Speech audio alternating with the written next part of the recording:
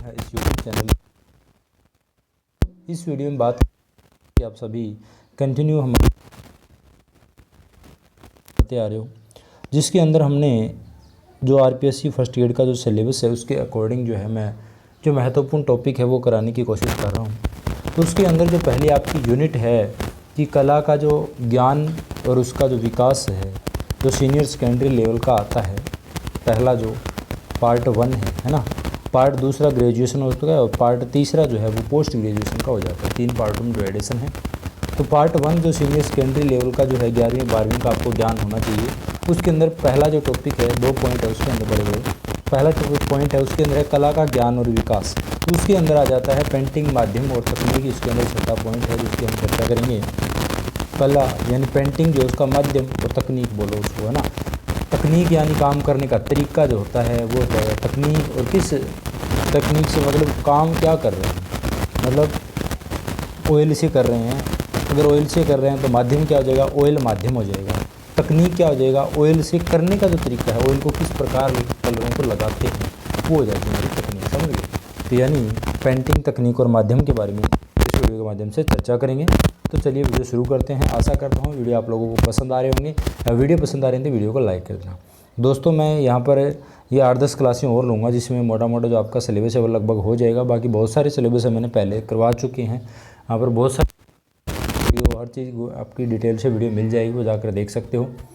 और मैं इसके जस्ट बाद एक स्टार्ट करूँगा, सीरीज़ स्टार्ट करेंगे हम, ठीक है। इनका प्रैक्टिसन है वो करेंगे। आपका एक टेस्ट लियांगे, लाइव क्लास में जुड़ा करेंगे शाम को, और उसमें मैं क्वेश्चन पुटअप करूँगा और आप उसका आंसर देंगे। इस पर क्लासें वो स्टार्ट करेंगे, ठीक है। तो शुरू करते हैं। देखिए, चित्र रचना हेतु किसी चित्र भूमि की आवश्यकता होती है। सबसे पहली बात तो यही है भाई, चित्र बनाने के लिए जगह तो चाहिए, है ना। कौन सा हम आसमान में लिख देंगे। इस भूमि पर जिन रंगों से चित्र उसमें भिन्न द्रव्य पदार्थों का मिश्रण किया जाता है ना। एक चित्रकार का चित्रकार्य जो करने का जो तरीका होता है, ठीक है, अलग अलग तरीका होता है, अलग माध्यम में काम करते हैं। उसके चित्रण का तरीका, उसके कार्य करने की जो संभावना का सही प्रकार से ज्ञान होना चाहिए। अगर आप पेंटिंग बना रहे हो तो उसके माध्यम जो तकनीक है ना आपको अच्छे से ज्ञान होना चाहिए। अब माध्यम मान लो आप बोले, आपके मन में विचार है कि मैं ऑयल पेंटिंग बनाऊंगा, तो आपने ऑयल मार्केट से खरीद के मिल गया, आपको दे दिया। अब आपको ज्ञान कौन देगा भाई ऐसे मार्केट में, समझ रहे हो। तो आपको ज्ञान होना चाहिए, सही प्रकार से ज्ञान होना चाहिए। उसका काम करने का जो संभावनाएं जो है, किस प्रकार तरीका क्या होता है उसका करने का, उसकी तकनीक क्या है टेक्निक लगाने की ऑयल कलर की, तो आपको ज्ञान होना चाहिए। जिस प्रकार संगीतकार को स्वर की और कवि जो होते हैं उसको शब्दों की जानकारी होती है ना, किस प्रकार स्वर का इस्तेमाल कहाँ लिया जाता है ना। सारे गा में जो स्वर होते हैं, अब ये नहीं कहीं म्यूजिक में तेज़ गला फाड़ फाड़ के चला रहा है, कहीं धीरे धीरे बोल रहा है, ऐसे थोड़ी ना होता है। जहाँ पर जिस प्रकार की आवश्यकता होगी उसी प्रकार का शब्दों का उच्चारण करता है। कवि को उसी प्रकार, कवि है शब्द माध्यम तो ले लिया उसने कि हाँ मैं गद्य पद्य जो भी है मैं लिखूँगा, मैं तुलसीदास पे कविता लिख रहा हूँ, माध्यम ले लिया अपने कि मुझे या तो मुझे मतलब मौसम पर लिखनी है, मानसून के ऊपर मुझे कविता लिखनी है, कोई भी हो गया, माध्यम हो गया का ले लिया उसने। बट उसका तकनीक यानी उसके शब्द की जानकारी किस प्रकार लिख रहा है, तरीका जो है उसका शब्दों की जानकारी उसे सही होनी चाहिए। ये नहीं है पठन हो रहा है उसके पाठित कर रहे हैं, है ना, इस प्रकार से। जैसा कि हमारे यहाँ पर गलतियाँ हो जाती है ना, कई बार टाइपिंग में गलतियाँ हो जाती है, वो चीज़ें, क्योंकि देखो भाई मैं कवि नहीं हूँ तो शब्दों के बारे में गलतियाँ हो जाती है, संभवतः है। इसी ज्ञान के आधार पर कवि, संगीतकार, चित्रकार जो है अपना कार्य स्वतंत्रतापूर्वक जो है पूर्ण करते हैं। यही ज्ञान अमूर्त भाव विचार के व्यक्ति को स्तर तक ले जाने में सहायक होता है, उसे ही माध्यम या तरीका कहते हैं। सबसे पहले आपको ये आपको सबसे पहले ये बताना चाहिए इसका मतलब क्या। मैं आपको बात लोगों को पढ़ाई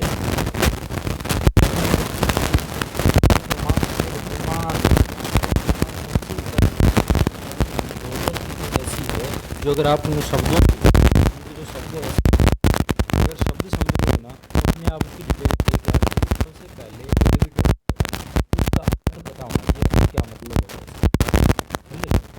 पेंटिंग के बाद आगे माध्यम होता है, माध्यम हो सकता है, माध्यम सूखे रंग जो होते हैं, है ना, वाले जो माध्यम हो सकते हैं, माध्यम हो सकता है, छापा वाला माध्यम हो सकता है। माध्यम बहुत प्रकार के हैं। तकनीक सबकी तरीके सबके अलग अलग होती हैं, कैसे लग जाता है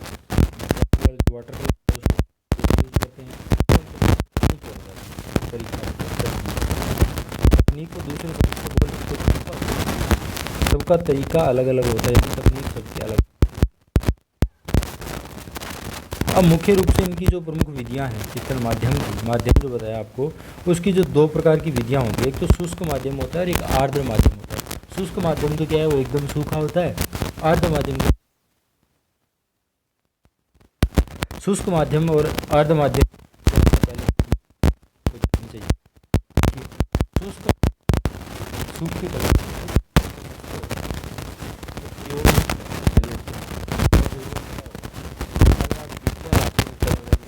डीजल आते हैं 10-20 रुपये लेते हैं, छोटी सी शीशी आती है, उसके 10-20 रुपये ले लेते हैं ना मार्केट में, अच्छी क्वालिटी के लेके आते हैं। मतलब 20 रुपये की इतनी सी शीशी आती है, जैसे रील में चित्र बनाया ना इतनी बड़ी आती है, मान लो हमारे मोबाइल की स्क्रीन की जितनी। और आप वही 10 या 20 रुपये लेकर के जाओगे और बोल दो कि मुझे रंगोली के लिए गुलाल सूखा रंग चाहिए मुझे, तो आपको 10-20 रुपये में किलो आधे किलो ऐसे तोल के दे देगा, खूब सारा मात्रा में आ जाएगा, समझ रहे हो, उसका 4 गुना 5 गुना आ जाएगा। यानी यहाँ से पता चल गया आपको शुष्क माध्यम क्या होता है, हमेशा सस्ते होते हैं। एग्जाम में ऐसा ही क्वेश्चन, मान लो इजी से इजी क्वेश्चन ऐसा ही बन ही जाए कि जो है कौन सा माध्यम जो है सबसे सरल सस्ता व प्रभावशाली होता है, तो वहाँ पर ऑप्शन में आ जाएगा शुष्क माध्यम, अर्ध माध्यम, अर्ध शुष्क माध्यम, इस प्रकार क्वेश्चन आ जाएंगे। तो आपको क्या रखना है, शुष्क माध्यम। ये क्या होते हैं, सस्ते होते हैं, प्रयोग में प्रभावशाली होते हैं। शुष्क माध्यम मुख्य रूप से सूखे पाउडर से बने होते हैं। इसमें तेल, पानी या कोई भी प्रकार का द्रव्य पदार्थ मिलाने की आवश्यकता जो है बिल्कुल भी नहीं होती है। और इस माध्यम के दो भेद होते हैं, ये दो तरीके से आते हैं। एक तो चूर्ण की तरह आता है, पाउडर मान लो बोले, चूर्ण बोलते हैं ना, चूर्ण होता है पिसा हुआ चूर्ण जो पाउडर की तरह आता है। और एक पेस्टल आता है, पेस्टल मतलब बढ़ते की तरह बना, बढ़ता आपने देखा होगा, बोलते हो स्केच बोल देता हूँ आपको। जैसे स्कूल में पढ़ते थे तो ब्लैक बोर्ड दीवार पे तैयार करके उस पर वाइट स्केच से लिखते थे ना, वाइट स्केच आता है सूखा हुआ चूने का बना हुआ, तो वो क्या एकदम सूखा, उसमें कोई मात्रा नहीं ना, गीला नहीं है ना, वो सूखा होता है, तो वो शुष्क माध्यम के अंतर्गत आता है। यानी कि शुष्क माध्यम में भी दो तरीके से होते हैं, एक तो पाउडर हो जाएगा करके बनाओगे और एक घिस करके बनाओगे, तो उसमें क्या है पेस्टल या कोई चौक बना दिया जाएगा। पाउडर रंगों के पाउडर चित्र रचना की विधि बहुत पुरानी है। ये पाउडर रंग है ना, सबसे पहली विधि यही है, बहुत पुरानी विधि है। तो इसमें क्या है, रंगोली, सांझी, चौक पुरना, ये जो लोक कलाएँ होती हैं ना हमारी, उनके अंदर इस प्रकार के रंगों का इस्तेमाल लिया जाता है। और प्राचीन शास्त्र के अंदर अगर पाउडर रंग से बने हुए चित्र होते थे ना, उनको प्राचीन शास्त्रों के अंदर क्या नाम दिया गया, धुली चित्र कहा गया। एक मिनट, सॉरी वॉइस में प्रॉब्लम आ रही होगी। हाँ आप देखिएगा, धुली चित्र कौन से होते हैं, जो पाउडर से सूखे माध्यम में बने चित्र होते हैं धुली चित्र कहे जाते हैं। धुली मतलब धुंधलापन ज़्यादा, अगर रंगोली इन चीज़ों से मिक्स करके बनाएंगे तो इसमें ज़्यादा क्या है, धुंधलापन नज़र आएगा ना, ऐसे बालों की तरह रंग छिड़क छिड़क कर बनाएंगे तो वो धुंधलापन ज़्यादा होता है, इसलिए धुली चित्र कहा जाता है इनको। और पेस्टल रंग भी क्या है, शुष्क रंगों की श्रेणी में आते हैं, क्योंकि इनमें किसी भी प्रकार के माध्यम मिलाने की आवश्यकता नहीं होती है। तो ये हो जाएंगे दो प्रकार के शुष्क माध्यम, सस्ते व प्रभावशाली होते हैं, धुली चित्र कहते हैं, पाउडर के रूप में आते हैं। अब देखिए आर्द्र माध्यम, आर्द्र माध्यम क्या है, गीले रंग जो है आर्द्र माध्यम के अंदर आते हैं। इसमें चित्रों के निर्माण के लिए इसमें कोई ना कोई द्रव्य मिलाने की आवश्यकता होती है। पूछ ले द्रव्य मिलाने की आवश्यकता किस में होती है भाई, तो आर्द्र माध्यम में होती है, शुष्क माध्यम में द्रव्य मिलाने की आवश्यकता नहीं है। वो क्या है, सीधे उठाया रंगों का इस्तेमाल कर सकते हैं। जिसमें देखिएगा क्या क्या मिलाया जाएगा भाई, इसमें पानी मिला लो, तेल मिला लो, गोंद मिला लो, घर पे गाय भैंस बकरी जो भी है उसका दूध मिला लो, है ना। बहुत सारे प्रकार के मार्केट में रेडीमेड तेल तैयार किए आते हैं मिश्रण किसी प्रकार का, तो मिलाकर के इसका इस्तेमाल लिया जा सकता है। इसमें टेम्परा व तेल रंग जो है दो मुख्य रूप से आते हैं, एक तो टेम्परा कलर आते हैं और एक तेल रंग आते हैं आर्द्र माध्यम के अंदर। अब देखिए ये माध्यम तो आपको बता दिया, अब देखिए तकनीकें इनकी जो है, तरीके जो हैं किस प्रकार उनको इस्तेमाल किया जाए, तकनीकें कितने प्रकार की होती है काम करने की। पेस्टल माध्यम की भी अपनी एक अलग तकनीक होती है, एक टेम्परा माध्यम होता है, एक जल रंग माध्यम होता है, तेल रंग माध्यम होता है, भित्ति चित्र माध्यम होता है, एक्रेलिक माध्यम होता है। इस प्रकार की और भी बहुत सारी है मार्केट में आधुनिक समय के अंदर, है ना, अलग अलग तरीके की, कोई जो मिक्स करके दो कलरों को भी बना सकते हैं, है ना, बहुत सारी चीज़ें होती है। तो ये मुख्य मुख्य चीज़ें हैं जो एग्जाम की दृष्टि से, ये कितनी होगी भाई, 6 है ना, पेस्टल, टेम्परा, जल रंग, तेल रंग, भित्ति चित्र, एक्रेलिक। इनमें से जो एक्रेलिक है ना, ये आधुनिक तकनीक है वर्तमान के अंदर, यानी नई खोज जो है वो क्या है, एक्रेलिक है। पूछ ले कि सबसे नवीन तकनीक जो है, नवीन माध्यम जो है कौन सा है, एक्रेलिक। ये क्या है, आधुनिक और नवीन तकनीक है, ध्यान रखना है। ये आपको महत्वपूर्ण बात ध्यान में रखनी है, एग्जाम में ज़रूर पूछा जाता है। अब इनके बारे में एक एक के बारे में चर्चा करेंगे। तो सबसे पहले हम बात कर लेते हैं पेस्टल के बारे में। अब पेस्टल रंग जो है, मैंने आपको बताया था, इसके अंदर किसी भी प्रकार का माध्यम या किसी भी प्रकार का द्रव्य मिलाने की आवश्यकता नहीं होती। पेस्टल है वो सूखे होते हैं। क्या होते हैं? सूखे होते हैं, चाक की तरह घिसे जाते हैं। मैंने आपको बताया इस प्रकार चाक होता है और इसको क्या है, रगड़ रगड़ के ऐसे ऐसे कलर किया जाता है पेस्टल रंग। तो पेस्टल रंगों के द्वारा चित्रण करना क्या है, बहुत ही सरल है और पेस्टल रंग के बिना किसी माध्यम की सोख सीधा कागज़ पर लगाया जा सकता है। यानी पेस्टल जो रंग है, इसके अंदर बकरी का दूध मिलाने की कोई आवश्यकता नहीं है, ना आपको कोई भी घर पे पड़ा हुआ तेल जो है वो ख़राब करने की आवश्यकता नहीं है, ना आपको पानी मिलाने की जो है गीला करने की कोई आवश्यकता नहीं है। सीधा उठाओ और इसको रगड़ रगड़ के घिस दो कागज़ पे, ठीक है। खुरदरा मोटा कागज़ चाहिए, बात ये कागज़ क्या है, क्वालिटी वाला होना चाहिए भाई। इसमें क्या है, रंगों का तथा माध्यम के अभाव में रंगों का स्वामित्व बढ़ जाता है और यह दोष है कि इनका रखरखाव करना कठिन है। देखिए, ये माध्यम है, इसमें ना तो आपका दूध खपत हो रहा है, ना आपका तेल लग रहा है और ना आपके जो कोई भी प्रकार के ज़्यादा एक्स्ट्रा खर्चा हो रहा है। इसमें बहुत सस्ते हैं, बट एक चीज़ का उल्टा विपरीत हो जाता है, इसमें खर्चा इस चीज़ का आ जाएगा कि इसको संभाल के रखना कई दिनों को बहुत मुश्किल है भाई, समझ रहे। अगर आप वाटर कलर के अंदर बनाते हो ना, तो आप अपने घर में, मकान में, जहाँ भी बेडरूम में या अपने दीवार में या किचन में कहीं भी पेंटिंग बना करके और आप टंगा देते हो, तो वो पेंटिंग साल 2 साल 3 साल 4 साल तक पड़ी रहेगी यूं की यूं। बस उसमें क्या, धीरे धीरे कलर फेड होता जाएगा, ज़्यादा जल्दी ख़राब नहीं होगी, कहने का मतलब। और ये अगर सीधी बना करके पेस्टल से रखोगे ना, तो इतनी जल्दी ख़राब हो जाएगी ना, बहुत मुश्किल हो जाएगा इसको संभालना, समझ रहे हो। आपस में घुल जाएंगे कलर ये, तो इसलिए क्या है, रख रखाव करना इसका कठिन हो जाता है। तो रख रखाव करने के लिए क्या करते हैं भाई, आपको पता ही होगा। इसमें रख रखाव करने के लिए चौखटे लगाए जाते हैं, यानी चारों ओर से लकड़ी की किनारी बना करके नीचे तख्ता लगा के ऊपर शीशा लगाते हैं। और वो शीशा भी क्या है, कागज़ और शीशे के बीच में थोड़ा सा गैप होना चाहिए, स्पर्श ना करे, ताकि रगड़ ना लगे, तब ये अच्छे दिनों तक है वो अच्छी क्वालिटी में रह सकते हैं कई दिनों तक। अब देखिएगा, सदैव अच्छे पेस्टल कागज़ और स्थायी रंगों का प्रयोग करना चाहिए, क्योंकि रख रखाव अगर करना है भाई अच्छे से, तो अच्छा कागज़ लो, अच्छे पेस्टल लो मार्केट से।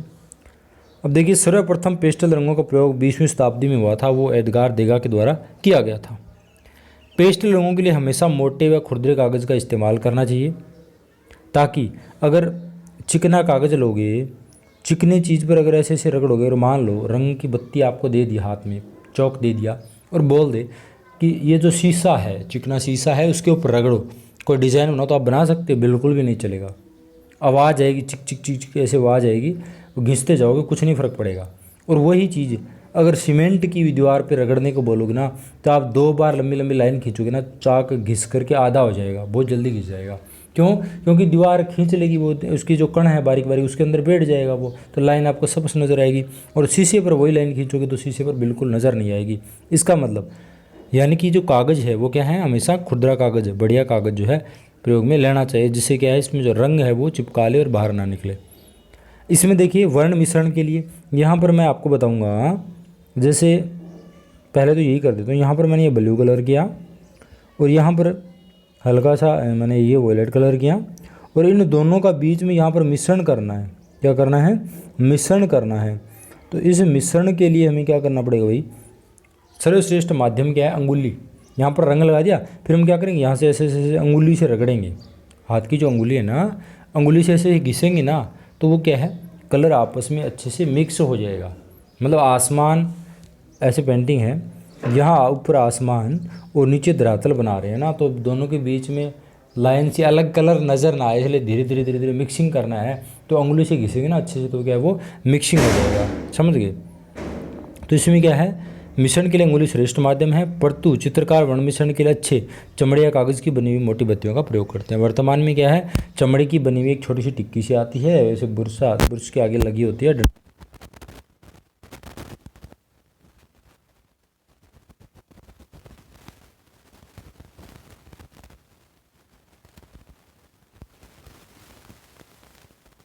आपको बता ही दिया, चौक लगाए जाते हैं, का फ्रेम बनाकर अच्छे से तैयार होता है।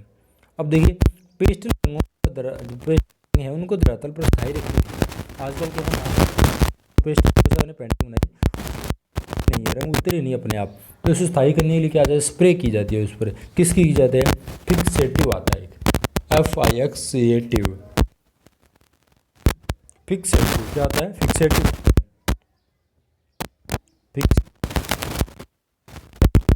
सकते हैं कि पेस्टल रंगों को स्थायी करने के लिए जो है किसका घोल लगाया जाता है, किसकी स्प्रे की जाती है, तो कौन होता है?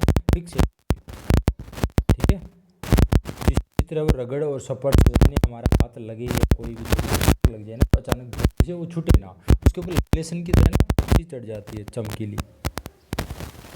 ठीक है। और एक पेस्टल रंगों की जो मुख्य विशेषता है वो जो है इनका है धूमिल प्रभाव। सॉरी क्या है? धूमिल प्रभाव। मैंने आपको बताया था ना धूली चित्र बोलते हैं सूखे रंगों को, धुंधलापन इसमें आए, धूमिल प्रभाव। ठीक है। पेस्टल रंगों की मुख्य विशेषता क्या भाई? धूमिल प्रभाव है। स्थायी रखने के लिए फिक्सेटिव बनाया जाता है और रगड़ने के लिए, मिश्रण के लिए अंगुली श्रेष्ठ माध्यम है। 20वीं शताब्दी में एडगार देगा ने सबसे पहले प्रयोग किया था। और अच्छे पेस्टल रंगों का हमेशा प्रयोग करना चाहिए। कागज़ में इसमें क्या खरदरा कागज़ इस्तेमाल में लेना चाहिए। और इसमें किसी भी प्रकार की जो है आपको द्रव्य मिलाने की ज़रूरत नहीं है, तेल दूध कुछ भी मिलाने की ज़रूरत नहीं है। ठीक है। मार्केट से अंडा ला करके उसकी फोड़ करके अंदर की जर्दी मिलाने की आपको बिल्कुल भी आवश्यकता नहीं है, जो क्या है प्रागैतिहासिक काल में जो अंडे की जर्दी है वो मिलाते थे। ठीक है। तो ये हो गया आपका पेस्टल माध्यम। मैं यहाँ पर देखिए इसी स्क्रीन के ऊपर मैं आपको बताने की कोशिश करूँगा। फिर आता है आपका टेम्परा माध्यम। कौन सा आता है? टेम्परा माध्यम।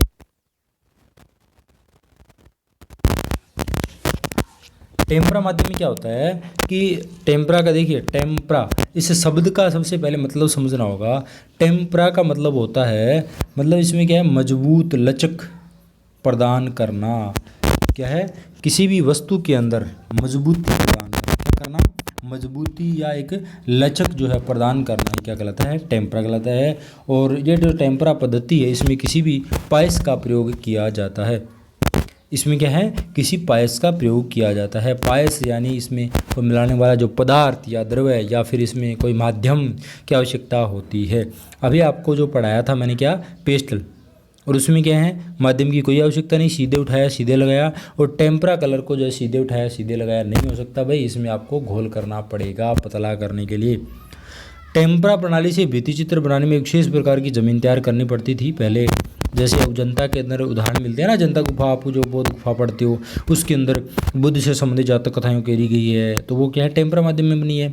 उसमें क्या है? भित्ति को तैयार करके उसमें गोबर है ना, कचरे की लुगदी हो गई, भूसी हो गई, मिट्टी हो गई, धान की भूसी, अलसी का तेल, ये सब मिला करके गुद्दा तैयार करके और पत्थर पे ऐसे रगड़ रगड़ के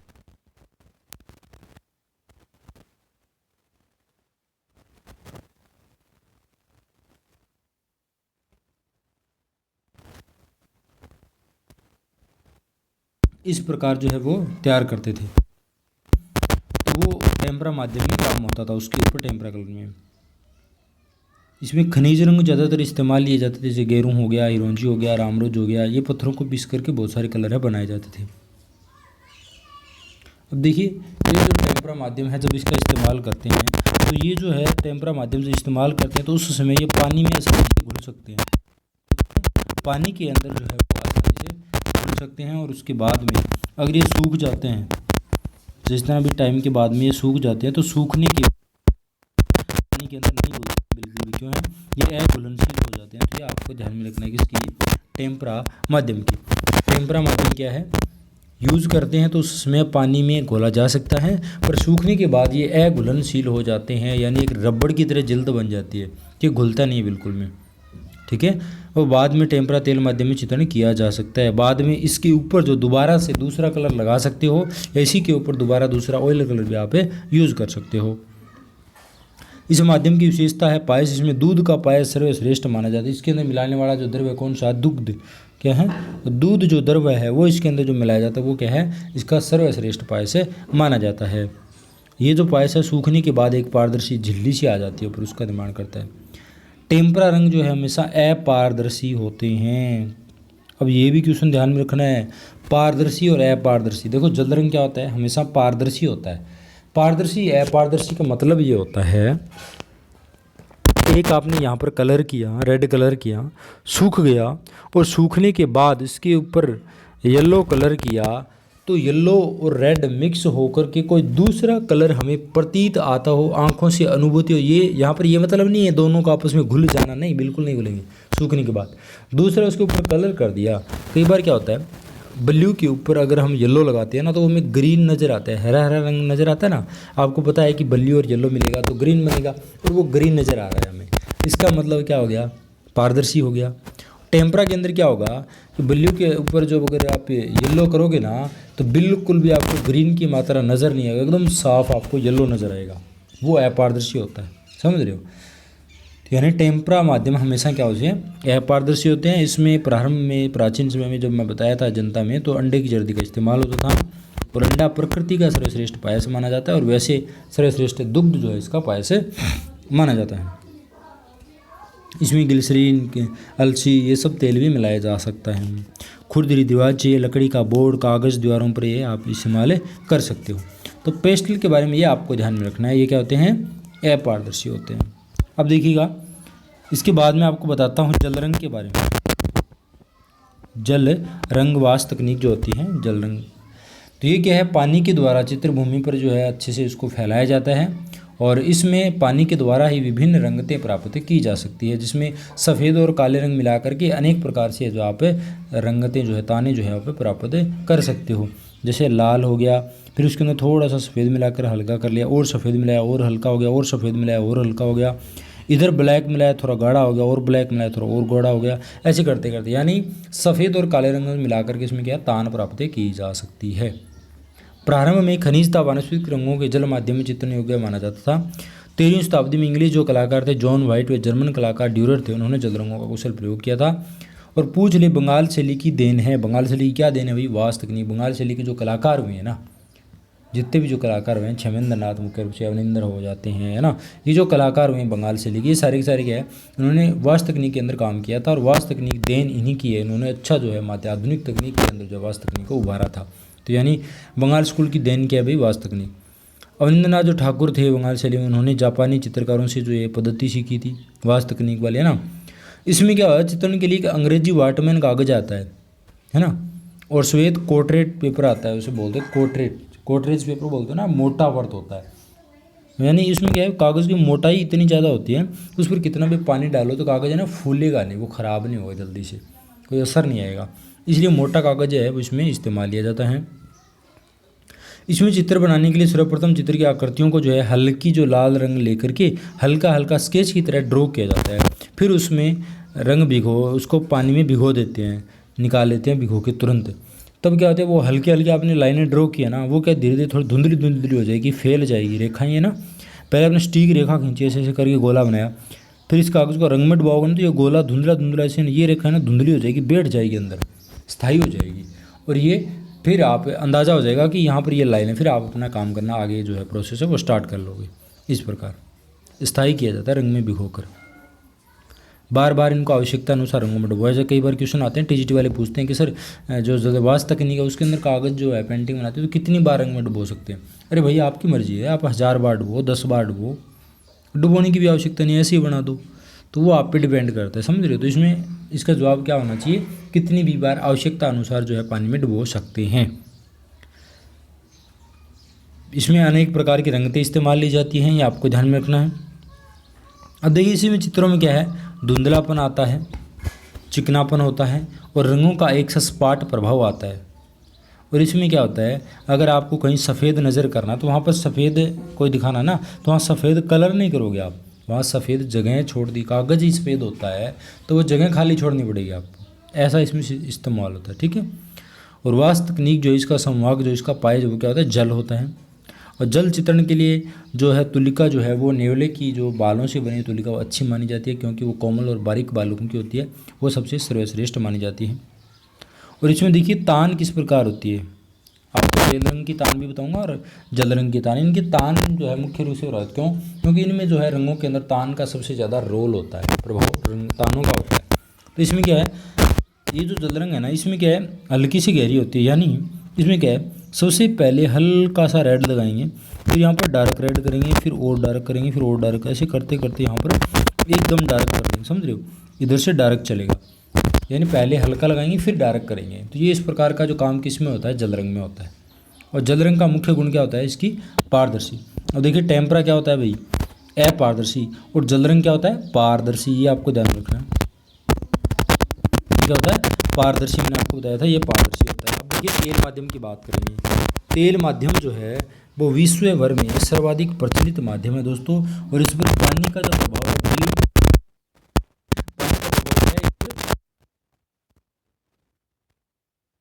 को ध्यान में रखना है। तेल रंग पे जो पानी जो है इसका प्रभाव बिल्कुल, इसमें क्या होता है, इसमें प्रकाश जो है, छाया प्रकाश का जो प्रभाव बहुत ही प्रभावशाली ढंग से बनाया जाता है। और इसमें टेक्सचर देने के लिए बड़ी बड़ी तुलिका,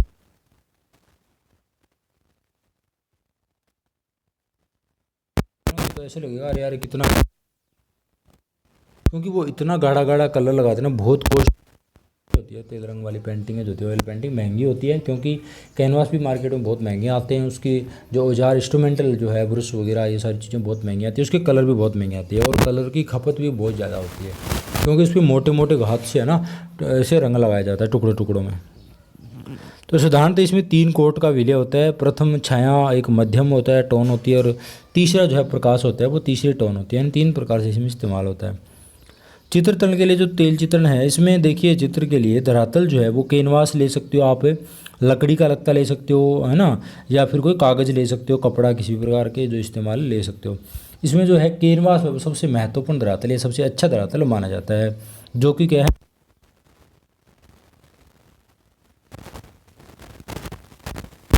कैसे करते हैं। तो आप वीडियो देखा होगा, आपने देख लेना, अगर नहीं देखा यूट्यूब पे मिल जाते हैं, कैनवास कैसे तैयार करते हैं। तो लकड़ी का फ्रेम किया जाता है, उसके ऊपर कैनवास जो होता है कपड़ा, उसको तान दिया जाता है, फिर यहाँ पे स्टेपल से पिन की जाती है ताकि वो खींचा रहे अच्छे से। फिर उसके ऊपर जो है काम में लिए जाते हैं कलर। तो लिखा होता है वो अच्छी मानी जाती है, फ्लेम होती है, चपटी वर्क, क्या होती है, चपटी वर्क। इसके अलावा गोल किनारों वाली ऐसी तुलिका से बाल ऐसे गोल होते हैं कटिंग में, समझ रहे हो, तो उसे फिलवर्ट तुलिका कहते हैं। क्या कहते हैं, फिलवर्ट कहते हैं, फिलवर्ट तुलिका कहते हैं, जो गोल किनारों वाली होती है। इसमें देखिएगा एक कई बार ऐसे पूछना है डिप्पर क्या चीज़ होता है। तो देखिए डिप्पर क्या होता है भाई, डिप्पर जैसे वो आपने देखा होगा, ऐसे प्लेट सी होती है ना पकड़ने की, यहाँ पर ऐसे खांचा बना होता है, ऐसे आप हाथ से पकड़ते हो इसको, ठीक है, ऐसे आप यहाँ से हाथ से आप पकड़ते हो, यहाँ से आपने हाथ से पकड़ रखा है, और यहाँ पे आपने रंग लिख रखा है जगह जगह, और एक में यहाँ पर थोड़ा सा, यहाँ पर ऐसे गहरा गड्ढा होता है छोटा सा, उसमें तेल रखा जाता है, तो वो क्या कहलाता है, डिप्पर कहलाता है। ऑयल रखने की जगह होती है, खांचा बना होता है पकड़ने के लिए, और ये लकड़ी की प्लेट बनी होती है, ठीक है। तेल रंगों में जो है तान गहरे से हल्की लगाए। अब देखिए जल रंग के मैंने बताया पहला हल्का लगाया जाता है और फिर गहरा लगाया जाता है। और यहाँ पर क्या होता है, जल रंग में तो ऐसा चलता है, ऑयल कलर में उल्टा चलता है। ऑयल में क्या होता है, पहले डार्क गहरा रंग लगाया जाता है, फिर हल्का लगाया जाता है। तो पूछ ले तान किस प्रकार का इस्तेमाल होता है रंगों का, तो गहरे से हल्का होता है। क्या होता है, गहरे से हल्का होता है। और कैनवास की जो बनाई जाती है, तो कैनवास होता है ना, एक इज्जल होता है, एक स्टैंड होता है इस प्रकार का ऐसे, और यहाँ पर ऐसे बीच में गाता लगा होता है, इसके ऊपर पेन वो कैनवास टिका लेते हो आप, यहाँ पे कस लेते हो, फिर उसके ऊपर काम करते हो। ये जो होता है स्टैंड, इसको इज्जल कहते हैं। क्या कहते हैं, इज्जल कहते हैं, ताकि उस पर खड़े खड़े काम किया जाता है आसानी से। और ये अपारदर्शी प्रभाव होता है। अब देखिए क्या होते हैं अब बात करते हैं भित्ति चित्रण के बारे में। देखिए भित्ति चित्रण जो दीवारों पे तैयार करते हैं वही होते हैं, जिसे म्यूरल तकनीक भी कह सकते हैं, म्यूरल भी कहते हैं। उसमें दीवार तैयार करके उस पर पेंटिंग की जाती है ना।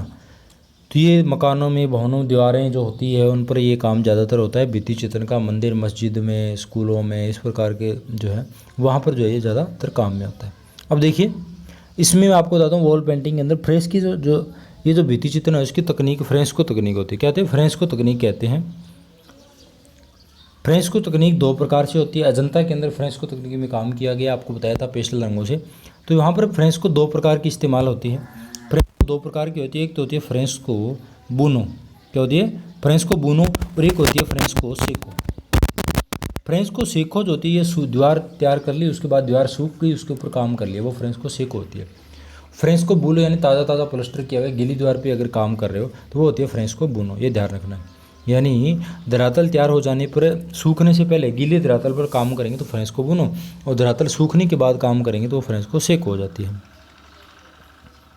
तो ये आपको ध्यान में रखना है। और इसमें खनिज रंगों का पहले काम में लिया जाता था और अभी वर्तमान में बहुत सारे कलर आते हैं, कोई भी कलर जो आप काम में ले सकते हो। इसके उदाहरण अच्छे जो हैं, सर्वश्रेष्ठ उदाहरण भित्ति चित्रण के आपको देखने को मिलते हैं अजंता और जोगीमारा में। अब देखिए बात हम करेंगे मुख्य रूप से एक्रेलिक के बारे में, जो आपको बताया था आधुनिक और नवीन तकनीक है। देखिए 1950 में विकसित व व्यापक होकर स्थायी चित्रण के माध्यम के रूप में सामने आया था एक्रेलिक। इसे जलरंग माध्यम की तरह पतले पतले वाष्प के रूप में प्रयोग करते हैं और इसमें मोटे मोटे धातुओं के रूप में भी प्रयोग करते हैं। इसमें दो प्रकार से काम कर सकते हो। इसमें पानी मिलाकर के आप पतले पतले यानी जो है जल रंग की तरह काम में ले सकते हो, पतला रंग लगा के, और ऑयल कलर की तरह मोटा मोटा जो है तुलिका घातों की तरह भी इसमें जो है रंग लगा करके इस्तेमाल कर सकते हो। यानी इस दो तरीके से इसमें कर सकते हो, आपकी इच्छा है। तेल रंग से जो अधिक खराब नहीं होता, यानी ये जो आपका तेल माध्यम था ना, जैसे काम करते हो तेल माध्यम था, उसी प्रकार का ये एक्रेलिक नवीन माध्यम है। तेल रंग का ये है, यानी एक्रेलिक है ना, वो तेल रंग की तरह ही होता है, इसमें भी तेल मिलाया जाता है। तो एक्रेलिक में पारदर्शी है अपारदर्शी दोनों प्रभाव, यानी एक्रेलिक को आपको बताया मैंने कि एक्रेलिक को दो तरीके से इस्तेमाल कर रहे हैं। एक तो तुलिका घात जो होते हैं ना, इस प्रकार गाढ़ा गाढ़ा लगा सकते हो, यानी अपारदर्शी हो जाएगा, और दूसरा यानी कि जो आप जलरंग की तरह ले सकते हो पतला पतला, तो यानी पारदर्शी हो जाएगा। यानी दो तरीके से आपकी इच्छा अनुसार पारदर्शी अपारदर्शी भी इसको कर सकते हो। इसमें एक्रेलिक के लिए चित्रण की विभिन्न प्रकार की सतहों का प्रयोग किया जा सकता है। इसमें कागज़ भी ले सकते हो, कोई कैनवास कपड़ा भी ले सकते हो, जूट से बना हुआ आर्टबोर्ड ले सकते हो, दीवारों पे कर सकते हो, है ना, लकड़ी पे कर सकते हो। इसमें माध्यम है वो कोई भी ले सकते हो आप। एक्रेलिक रंगों के लिए देखिए इसमें दो चीज़ें होती है। एक तो एक्रेलिक रंग जो होते हैं ना, उसमें पारदर्शी जो प्रभाव ला रहे हो ना आप, उसके लिए एक मीडियम का सहारा लिया जाता है, एक मीडियम मिलाया जाता है, जो उसका नाम आता है मेट मीडियम। एक मिनट, सॉरी, कौन सा मीडियम होता है वो? मेट मीडियम। एक होता है मेट मीडियम। मेट मीडियम का इस्तेमाल किस लिए किया जाता है कि चित्रण जो है उसमें पारदर्शी प्रभाव लाने के लिए मेट मीडियम किया जाता है, और रंगों में चमक लाने के लिए, इसमें चमक लाने के लिए ग्लास मीडियम का प्रयोग किया जाता है, ग्लास मीडियम। अब देखिए ग्लास, ग्लास से समझना, कांच से चमक, चमक ग्लास से आती है, तो ग्लास मीडियम का क्यों इस्तेमाल लिया जाता है भाई एक्रेलिक के अंदर? चमक लाने के लिए। और मेट मीडियम का प्रयोग जो है वो पारदर्शी प्रभाव लाने के लिए किया जाता है। इसके अलावा देखिए इसी के अंदर आप अलग अलग आधुनिक के अंदर कई सारी तकनीकें चल रही हैं। जैसे एक आपका आ जाता है mix media. Mix media, mix का मतलब ही हो गया मिक्स करना, यानी कोई भी दो तरीके जो एक साथ यूज़ कर लेते हो ना, तो वो मिक्स मीडिया कहलाता है। जैसे मिक्स मीडिया के अंदर, जैसे उदाहरण के रूप में बताऊँ, जल रंग है, एक तो जल रंग और पोस्टर रंग, दोनों रंगों का साथ करके कोई पेंटिंग बनाते हो ना, दोनों रंगों से काम करते हो आप। जल रंग और पोस्टर रंगों इस्तेमाल करके कोई काम करते हो, या एक्रेलिक के साथ तेल रंग मिलाते हो, या पेस्टल के साथ पोस्टर मिलाते हो। इस प्रकार का दो तकनीकों का एक साथ काम में लेते हो ना, तो वो कहलाता है आपका कौन सा? मिक्स मीडिया कहलाता है। जैसे यहाँ पर एक चीज़ बताई गई है कि तेल रंग के साथ, तेल रंग को मोम के साथ, तेल रंग जो होते हैं ना उनको मोम के साथ, किसके? मोम के साथ मिला करके और उनको इस्तेमाल में लेते हो ना, मिश्रण करते हो, तो उसे एन कॉस्टिक कहा जाता है।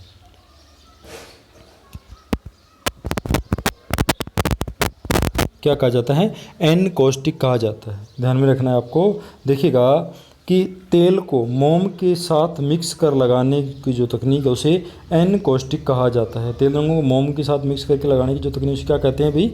एन कॉस्टिक कहा जाता है। तो यानी मिक्स मीडिया समझ जाना। ऐसा क्वेश्चन यहाँ पर ऐसा आएगा कि दो या दो से अधिक चित्रण माध्यमों को मिश्रित करके एक नए तरीके से लगाना कहलाता है। तो क्या कहलाता है भाई? एक्रेलिक, भित्ति, मिक्स, मणिकुट्टी, तो क्या बोलेगा आप? Mix media. देखिए मणिकुट्टी का आपको नाम आ गया, मणिकुट्टी। तो मणिकुट्टी जो है ना, ये ईसाई कला है भाई, प्राचीन 5वीं 6वीं शताब्दी से देखी जा रही है, ईसाई कला के अंदर देखने को मिलती है। इसमें क्या होता है? इसमें दीवारों पे ही होती है वैसे तो, ये फर्श में, दीवारों पे, है ना, विंडो पे की जाती है। इसमें क्या होता है? रंगीन पत्थर या रंगीन कांच के जो टुकड़े होते हैं ना, चौकोर टुकड़े, उनको काट करके फर्श दीवारों में लगाया जाता है सजावट के लिए, है ना, कलरफुल चौकोर टुकड़े कांच के काट कर, रंगीन कांच के, तो वो होती है मणिकुट्टी, बारीकी से जड़ना मणिकुट्टी में, है ना। एक कोलाज होता है, कोलाज भी आपने देखा होगा, कोलाज आप सभी को पता ही होगा। इसमें विभिन्न प्रकार की जो कतरने होते हैं, टुकड़े टुकड़े चेप करके, कागज़ काट करके, या कोई भी एक्स्ट्रा धातु हो गई, टिन का डिब्बा हो जाता है, बोतल हो जाती है, कोई रबड़ हो जाता है, कोई रस्सियाँ हो जाती है, कोई आपके शर्ट में जो बटन यूज़ करते हैं ना वो हो जाते हैं, या पुरानी बहुत सारी चीज़ें होती है, उनका लेकर के जोड़ जोड़ करके कोई कलाकृति बना देते हो तो वो कोलाज कहलाता है। समझ गए? क्या कहलाता है? कोलाज कहलाता है। और कोलाज पद्धति का सबसे पहले प्रयोग जो है वो कहाँ हुआ था दोस्तों? कौन से आंदोलन, कला आंदोलन में हुआ था? तो हुआ था घनवाद, एक कला आंदोलन, आपने पढ़ा होगा घनवाद, है ना। घनवाद कला आंदोलन का इसका सबसे पहले प्रयोग होता है। घनवाद के अंदर दो कलाकार फेमस थे, एक था पाब्लो पिकासो और एक था जॉर्ज ब्राक, जिन्होंने इसमें कोलाज तकनीक के अंदर काम किया था। घनवाद क्यों बोला है? क्योंकि इसमें जो आकृतियाँ वो घन के आकार में बनाई गई है। ठीक है। अब छापा चित्रण देखिए, छापा चित्रण है, आप आधुनिक देखो नए नए आविष्कार होते जा रहे हैं, आगे से आगे कोई ना कोई नई नई चीज़ आपको देखने को मिलती है, खोज होती हैं और नई चीज़ें आपको मिलती हैं। तो छापाकार भी एक, छापा चित्रण भी, ये भी एक प्रकार की नई तकनीक है। इसमें छापा पद्धति का देखिएगा, छापा जो पद्धति है इसका सबसे पहले चार है यहाँ पर जो है छापा पद्धति, यानी जो गतिशील अक्षर जो है, गतिशील अक्षर सबसे पहले आविष्कार 1450 में जॉन गुटनबर्ग ने किया था। देखिए इसमें क्या किया इन्होंने, सबसे पहले जॉन गुटनबर्ग ने 1450 में किया था। इसमें क्या था कि यहाँ पर लकड़ी के ब्लॉक बनाए थे उसने, लकड़ी के अलग अलग, किसी पे नंबर 1 लिख दिया, इस पर नंबर 2, इस पर 3, ऐसे ब्लॉक बना दिए 10 तक, है ना, 9 तक बना के एक 0 का ब्लॉक बना दिया। अब आपको कोई भी टाइप करना है, 255 करना है, तो 2 वाला उठाया और 5 वाला उठाया, तो 2 वाले को रंग में डुबाया, ठप्पा लगाया, 2 बन गया। 5 वाले को रंग में डुबाया, ठप्पा लगाया, 5 बन गया। फिर एक बार दोबारा रंग में लगाया, फिर लगा दिया, 255 बन गई। तो वो ठप्पा ले लिया, है ना, तो वो हो जाती है छापा चित्रण, यानी इस प्रकार के ब्लॉक तैयार किए थे सबसे पहले। तो छापा चित्रण सबसे पहले प्रयोग जो है वो 14वीं शताब्दी में माना जाता है ड्यूरर के द्वारा। और 20वीं शताब्दी के आते आते चित्रण ने स्वतंत्र माध्यम बना लिया था, और आज वर्तमान में बहुत मतलब आधुनिक तकनीक के अंदर ये बहुत ज़्यादा आधुनिक कलाकार इसके अंदर काम करते हैं। और ये छापा चित्रण जो है, वैसे देखो ज़्यादातर जो है ये चीज़ें टेक्सटाइल के अंदर होती है, यानी कपड़ा मिल जो होती है ना, कपड़े पर जो फूल पत्तियाँ वगैरह ये लाते हैं ना, इसमें ज़्यादातर इस्तेमाल होता है, टेक्सटाइल में जो है इसमें माध्यम होता है ना। उसके अंदर कई सारी तकनीक होती है, जिसमें रिलीफ प्रिंटिंग सबसे प्राचीन होती हैं। तो ये देखो छापा चित्रण है। बाकी मैं छोटी मोटी मोटी चीज़ है छापा क्या जो ये बताया, बाकी हमारे आरपीसी सिलेबस के अंदर जो है इस प्रकार की तकनीकें नहीं दी हुई स्पेशल छापा के बारे में। फिर भी आपको पढ़ना है तो छापा चित्रण के जितने भी क्वेश्चन कर रहे हैं बनते हैं वो वीडियो में बना रखे हैं मैंने, और छापा चित्रण के बारे में मैंने पढ़ा रखा है पहले से। तो आप लिखो छापा चित्रण लिख के और आगे लिख देना स्टडी इन मोबाइल। कोई भी टॉपिक मेरे चैनल पर सर्च कर रहे हो ना, छापा चित्रण आगे लिख देना स्टडी इन मोबाइल, तो वीडियो आ जाएगा मेरे चैनल का, वो देख सकते हो आप, वो भी वहाँ पर करवाया गया है। तो इस प्रकार की वीडियो काफ़ी लंबा हो गया दोस्तों। तो ये आपको जो है तकनीकें सारी हो चुकी हैं, और आगे का जो नेक्स्ट पॉइंट नंबर 2 जो है वो करेंगे ग्रेजुएशन लेवल, वो पढ़ेंगे। सीनियर सेकेंडरी लेवल का जो है आपका सिलेबस हो गया है, और सीनियर सेकेंडरी लेवल का अगर फिर भी आपको कोई कमी लग रही है तो बहुत सारी वीडियो मैंने यूट्यूब पे बना रखे हैं, वहाँ से देख सकते हो भाई। ठीक है, यानी मैं आपको कॉमन चीज़ें बेसिक से आपका तैयार करा रहा हूँ, बेसिक कॉन्सेप्ट है वो आपका तैयार कराने की कोशिश कर रहा हूँ। आप डीपली पढ़ते होंगे, आप बहुत सारी बुकें हैं मार्केट में, और आपने आशा करता हूँ हमारी बुकें भी परचेज़ किया बहुत सारे बच्चों ने, बहुत सारे अच्छी सराहनीय पुस्तक बताइए बच्चों ने, बहुत ज़्यादा फ़ायदा हो, मैं तो यही चाहता हूँ सबका। तो देखो आप पढ़ो, बस अच्छे से बुकें तैयारी करो, बाकी बेसिक के लिए हमारे जो है वीडियो देखा करो। ठीक है, बाकी प्रैक्टिस भी कराएंगे क्वेश्चनों की आप इसी प्रकार ऑनलाइन क्लास के माध्यम से। तो धन्यवाद, फिर मिलते हैं एक नए वीडियो के साथ।